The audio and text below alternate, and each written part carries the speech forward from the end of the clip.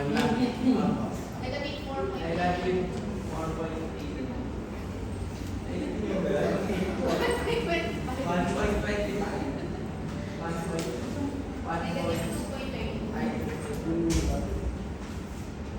So yan ang ating 31, sir.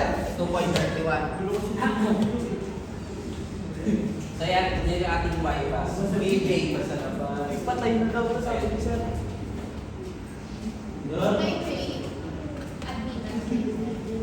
Kahit wala ka patay lang. Ang ibig lang sabihin nito, susceptance tayo. Susceptance. Kumbaga yung imaginary part. Okay, punta muna tayo sa 1.25. Ito 1.25 natin, which is y1. No, negative j 1.25 siya. Kasi small letter y yung ginamit natin. Tapos yung y1 natin is negative j 2.5. Okay, yung 1 natin, which is negative j 3.78, is equal to y1 plus 1, 3 plus 1, 0. Wala tayong 1, 4. Kasi nakalagay naman dito na 0. So ilan yung aking y1, 0?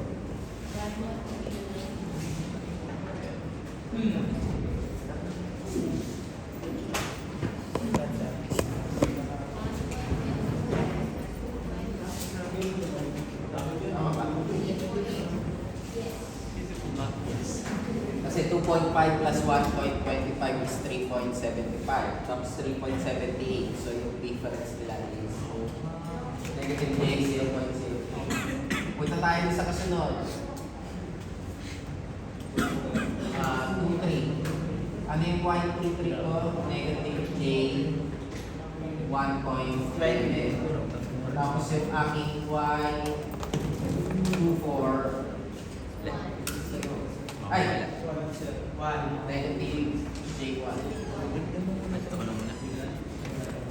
So, pag nalang ito yung y22, ang yung y22, negative j 3.42 is equal to 1, 2 plus 2, 3 plus 2, 4 plus 2, 0. So, ilan yung aking y20? Negative j 1.30. Punta tayo sa kasunod. 3, 4. y34 is negative j 1.5. So, ilan yung aking y33?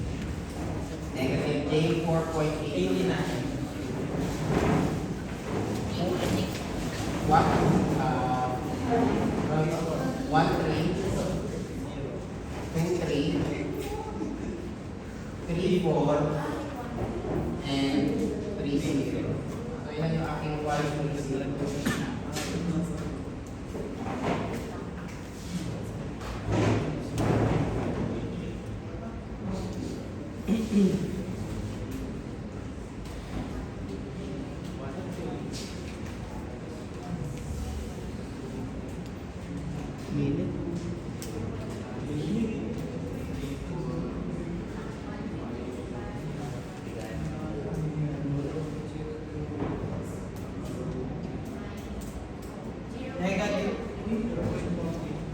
Negative j 0 po.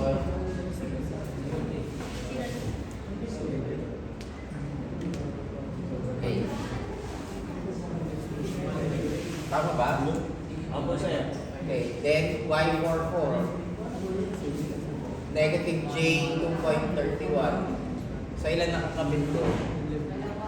2, 4 3, 4 at saka 4, 0. So ilan yung 4, 0?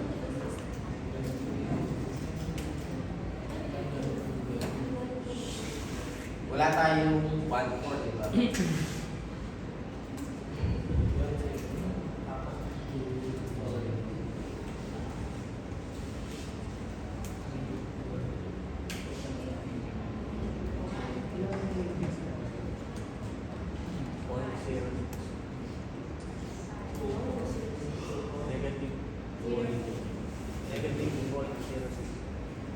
negative J 0.06. So, meron tayong mga ganyan. Pwede na natin i-drawing yung reactance diagram ng therapy. So, drawing na tayo. Last one.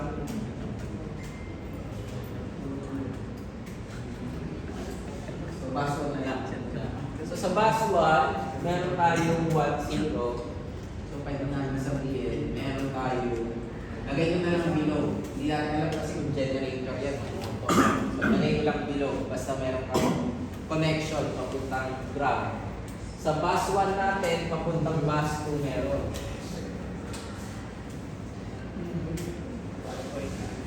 Hindi. Huwag natin inverse eh. Pero assist muna natin ha. Then, meron tayong bus 1 papuntang bus 3.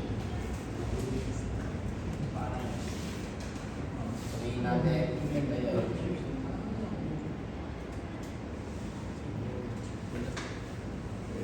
Sa bus 2, meron tayong 2-3. Meron din akong 2-0. Meron din akong 2-4. May 2-4 ba ako? Meron ito. J1. 2-4 ako.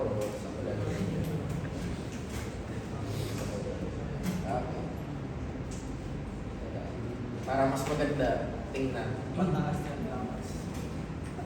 Bakit kasi tingnan dito? So, gawin kong bus 3 to. Tapos ano yung bus 2. Para yung bus 4. Tapos may 1 to tayo, diba? So, meron pa rin 3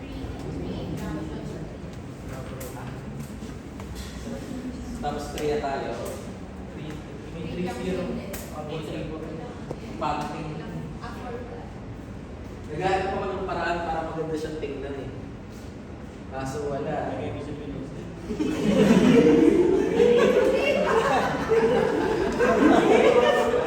Lagay ko lang si Pilot. Sino na lang? Si Pilot. Maganda sis. Lalagay ko na sis.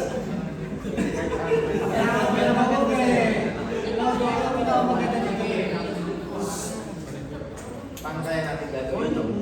Okay lang. Itaas mo lang yung trace. Ito natin lagay ito rito. Ayan. Tapos, meron ako ng 1 to 3, di ba? Tapos may 2 to 4. Oh, 2 to 4. May 2 to 3, no? Meron sa That's great. Ito. 3 to 4 meron.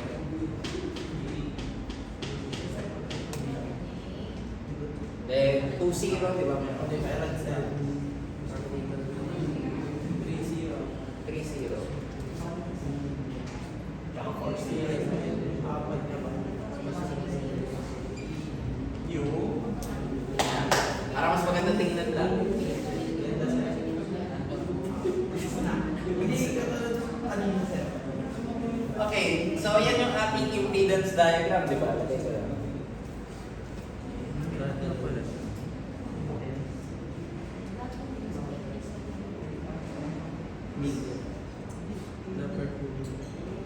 Walang nakalagay kasi kung ano yung mga... Assume lang yung yun. Basta alam natin bilog yan. Hindi natin alam kung generator siya, motor siya, or load. So, lagyan na lang natin na kahit... Lagyan na lang natin ang bilog. Tapos, assume mo na lang na motor 1, motor 2, generator 1, generator 2. So, assumption lang tayo ha, sa drawing ha. Kasi wala na siyang given eh. Ang given lang natin yung admittance matrix. Okay, then, i-inverse natin lahat ng mga nakuha natin. So, yung 1-0, hindi 1-0 to. Magiging 1 over 0 negative J 0.03. Okay? Itong 1, 2, 1 over negative J 1.25. Yung aking, ano pa ba meron tayo? 1, 3, negative 1 over negative j 1.5. 2, 3. Ano ba yung 2, 3 natin ito? 1 over negative j 1.11. 2, 4. 1 over negative j 1. 2, 0. 1 over negative j 1.71. 1.31. 3, 4. Ito yun. 1 over negative j 1.25. 1.25. 30, sir. 3, 0. 1 over j negative j 0.03. Ano pa kulang natin? 4, 0. 1 over negative j 0.0. So ito yung ating impedance diagram. So take note that from your admittance matrix, pwede mo makuha rin yung impedance diagram, or dahil purely reactance yan, mas kilala natin sa tawag na reactance diagram. Pero tatandaan nyo naman kasi na ang Z natin is composed of R plus JX, di ba? Kaya pag wala kang R, reactance diagram na lang. Pwede ka rin magkaroon ng resistance diagram kung purely resistance lang. Then yung admittance natin, di ba alam naman natin na conductance saka susceptance yun. So kung wala kang conductance, susceptance diagram ka. Kung wala kang susceptance, conductance diagram ka. Pero mas kilala natin sa tawag na admittance and impedance diagram. Okay. So this is the first approach in solving susceptance is inverse ng reactance. So kumbaga itong G natin, 1 over R, ito, 1 over X. The pressure, kumbaga pressure niya. So this is one approach in solving admittance matrix by inspection. Ang problema kasi sa inspection is hindi kaya ng computer yan. Kahit sabihin natin kaya ni sis yan, mas madaling ni sis gawin yan. Kesa doon sa kasunod na gagawin natin, hindi kayang gawin ng computer to. Bakit hindi kayang gawin ng computer to? Yung mga dating computer hindi yung mga bago. Kasi kailangan mo magkaroon ng critical thinking, or kumbaga parang kailangan mo ng AI. So ngayon kaya na to. Baka pag may na-develop na bago mga software na may mga AI na, kaya na. Pero dati hindi kaya to. So ang ginagawa dati dahil hindi kaya to, yung kasunod nating discussion, yung tinatawag nating singular transformation. Okay. Ano ba yung singular transformation? Ang pinaka-simpleng explanation lang nun, y mass is equal to A transpose Y and A. So ito yun. A transpose Y at saka A. So ano yung A transpose, ano yung Y, at saka ano yung A. So pinapakita lang natin dito yung explanation kung paano mo i-convert yung isang diagram into a graph. Wherein yung graph na yun is ito. So I'll be explaining that through an example para mas madaling intindihin na lang. Pero ang kailangan nyo lang tandaan is ito lang. A transpose Y and A. Wherein yung ating Y, ang tawag natin sa Y natin is your singular transformation lang. Yung A natin would be based on this one. Incidence matrix yun. Wherein negative 1 if papunta sa kabilang node, positive 1 is pabalik, and 0 pag wala. So para mas madaling intindihin,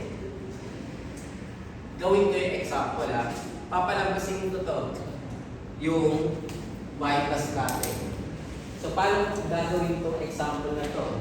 So pag winowing natin to, ilan yung makikita natin na tatandaan mo? Meron kang 1, 2, 4, at saka 3. So may 4 ka na nodes. So using singular transformation,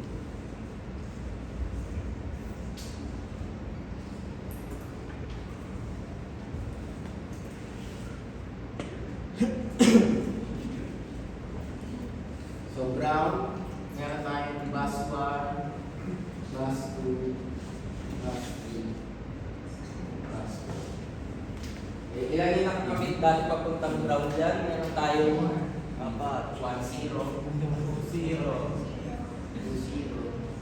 3-0, 4-0. Then yung 1 natin, may nakakabit na papuntang 2. Saka 3. Wala sa Tapos yung 2 natin, may papuntang 3. and 4. 4-7. Nilak mo din sa 3 and 4. Nilak ko kasi. Yun! Ang tingnan ko rin. 2 at saka 4 din. Yung 3 natin, Nasali pa sila. 3 at saka 4 lang. Apo. Pag binilak natin, ilan yan? 11.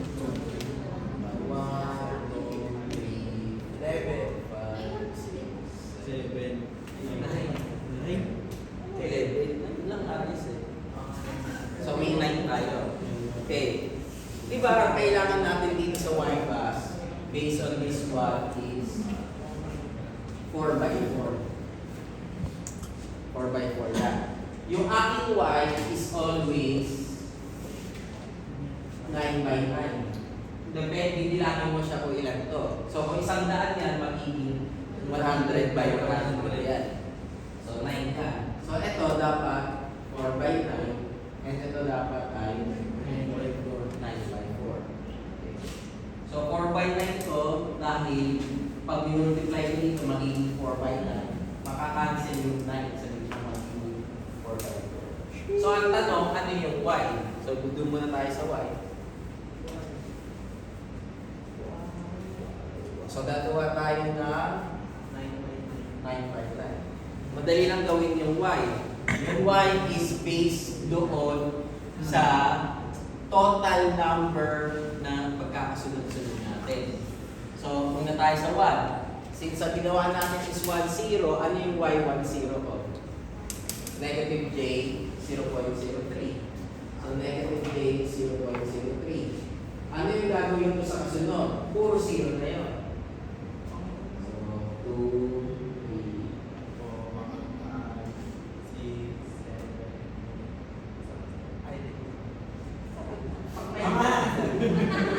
Ako 0 lang yun.